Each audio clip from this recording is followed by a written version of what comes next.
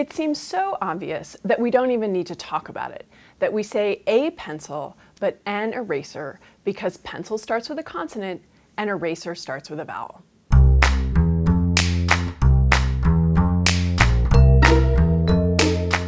That is completely true.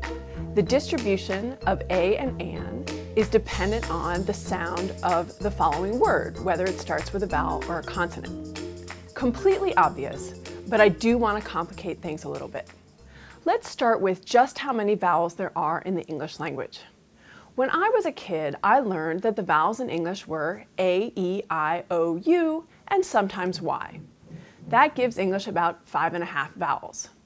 That rule is really about the way that vowels are spelled. When we're talking about sound, standard American English has at least 14 vowels, and here they are. E, I, A, E, A, U, O, I, ow, and oi. That's a lot of vowels. And when those start a word, you will typically get an. So let's talk about unicorns. If a word that starts with a vowel takes an, why do we say a unicorn? I have sometimes asked this on exams, and I've gotten some great answers from students, including unicorn does not follow the pattern because unicorns are mythical animals. Now, it is true that unicorns are mythical, but this is not why they don't follow the pattern. They don't follow the pattern because if you think about the word unicorn, when you say it, it doesn't start with a vowel. It starts with a consonant. The sound y is a consonant, so we say a unicorn. This is where you have to be careful about spelling versus sound. There's an example where we have a word that's spelled with an initial vowel but pronounced with an initial consonant. It goes the other direction too, where the spelling has an initial consonant but the word actually starts with a vowel. Words that start with H are a good example.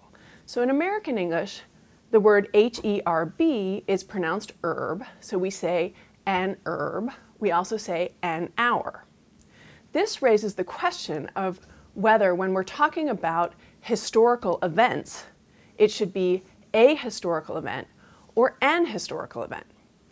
I would say if you're someone who doesn't pronounce the H in historical, it should be an historical event. For those of us who do pronounce the H, it would be a historical event. Now you'll notice there that sometimes I'm saying a and an, sometimes I'm saying a and un. It really depends on whether I'm stressing that indefinite article or not. When we stress it, we say a and an. When we're not stressing it, we say a and un.